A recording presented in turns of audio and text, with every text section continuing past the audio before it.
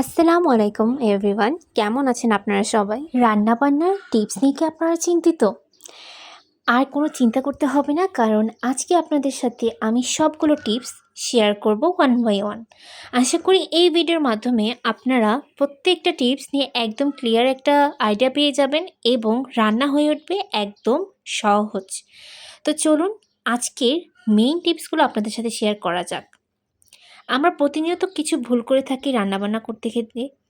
তো সেই ভুলগুলোকে শুধরে ওঠার জন্য আমাদের কিছু টিপস ব্যবহার করতে হবে, যেন আমরা রান্নাগুলোকে একদম পারফেক্ট করতে পারি। রান্নার জন্য ধৈর্য অনেক বেশি প্রয়োজন। ধৈর্য না থাকলে কিন্তু রান্না একদমই ভালো হয় না। তো সেই জন্য অবশ্যই আমাদেরকে ধৈর্য সহকারে ভালোভাবে রান্নাবান্না করতে হয়। আজকে আমরা শুধু রান্নাবান্না করাই শিখব না, আজকে শিখব আমরা রান্নাবান্নার কিছু নিখুঁত টিপসগুলো।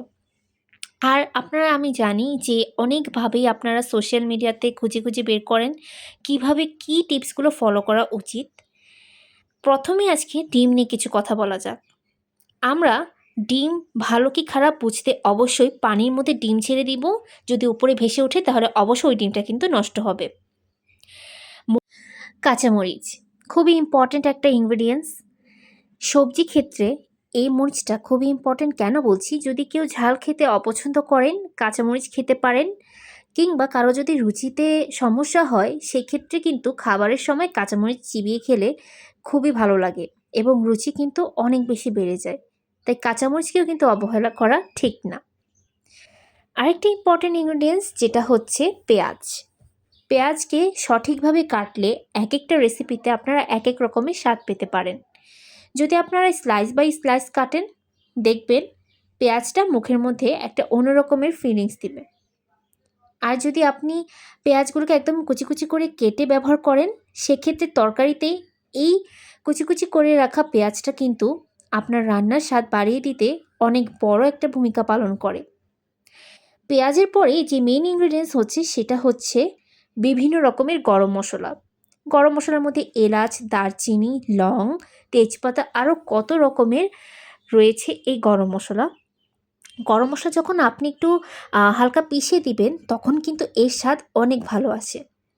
যদি কখনও কোনো রান্নার মধ্যে তেলের পরিমাণ বেশি হয়ে যায় সেক্ষেত্রে কিন্তু আপনারা আটার দলা দিতে পারেন, এতে কিন্তু অনেক বেশি ভালো লাগবে। যদি রান্নাতে কখনো লবণের পরিমাণ বেশি হয়ে যায়, একটা টমেটো কেটে যখন দিবেন তখন দেখবেন রান্নার স্বাদ অনেক বেড়ে যাবে এবং লবণের একটা তারতম্য ঘটবে। লবণ আর বেশি লাগবে না রান্নার মধ্যে। রান্নাবান্না করার সময় যদি সবুজ শাকসবজি ব্যবহার করেন সেক্ষেত্রে সবুজ রঙটাকে টিকিয়ে রাখার জন্য কিন্তু আরেকটা টিপস রয়েছে।